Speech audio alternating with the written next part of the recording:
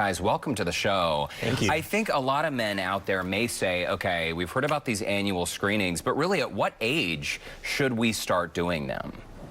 Sure. So that's a great question. I think one that many men don't really know or haven't been explained to them. And so generally the American Urological Association recommends screening for age 55 to age 69. Now, there are some exceptions to that rule. Somebody with a family history of prostate cancer may need to actually have screening at an earlier age. And some of our very healthy men, our marathon runners, might actually want to extend that screening beyond age 70 as well. And this is so interesting, as we said in the intro as well, and we've heard stories when we're covering these, is that when it comes to prostate cancer, sometimes this is asymptomatic. Men could have it for a while and not know. So the screening is so important. It's almost maybe similar to a mammogram. It's just got to be part of the routine for our men. Right. And these are discussions in regards to screening that patients should be having, you should be having with your primary care doctors, your urologists, when to get the PSA blood test, because ultimately, just like any cancer out there, the earlier you find it, the earlier you detect it, the more treatment options you have and the more time you have. Treatable and slow growing, that's important. I mean, I think some of the numbers, though, might surprise a lot of people. Annually, about 175,000 men are diagnosed. That's right. So that's, I mean, still, when you look at percentages, it's still a low percentage in terms of the overall population, but it's a very common cancer for men, right? It's one in 9 men will be diagnosed with prostate cancer over their lifetime. So yes, very common. Also, important to know that death from prostate cancer is a very significant issue, and it is the really the leading cause behind lung cancer for death in men from prostate cancer. And I know that we said asymptomatic, so probably, is there anything? Is there a trigger there that might, if somebody's watching today and say, you know what? I didn't know I had this, but... You know, now with the regular PSA blood test, we are catching cancers early, and so a lot of the symptoms that men can have are really not showing up. But there are a few things to be kind of worried about in terms of more frequent urination, incomplete emptying.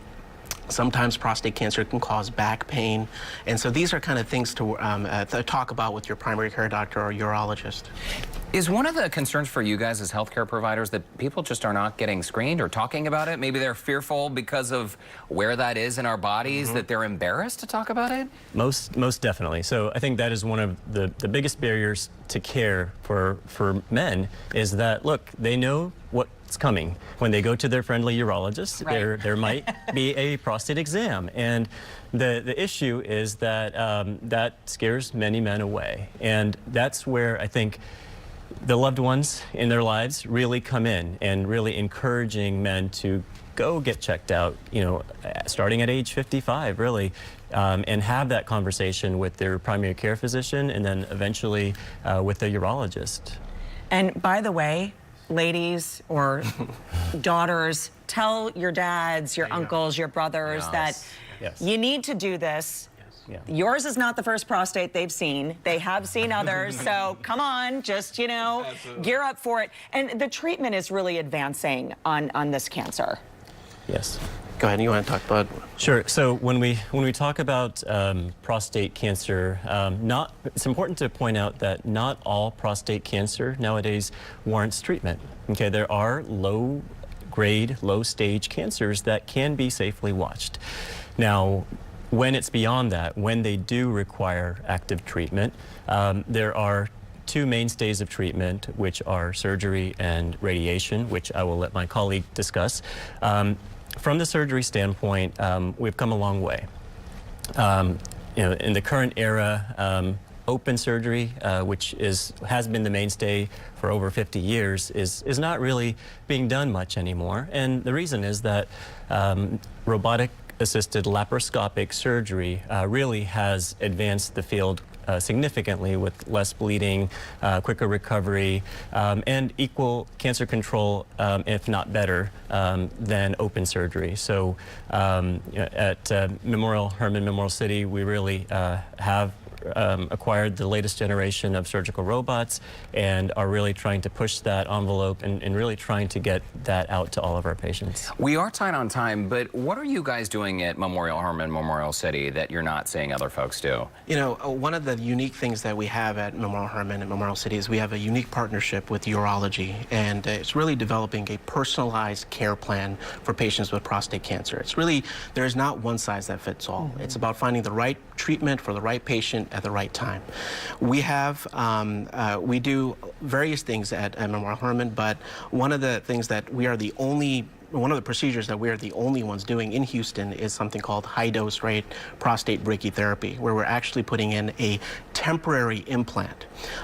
Other places in town, you'll get a permanent seed implant with radiation.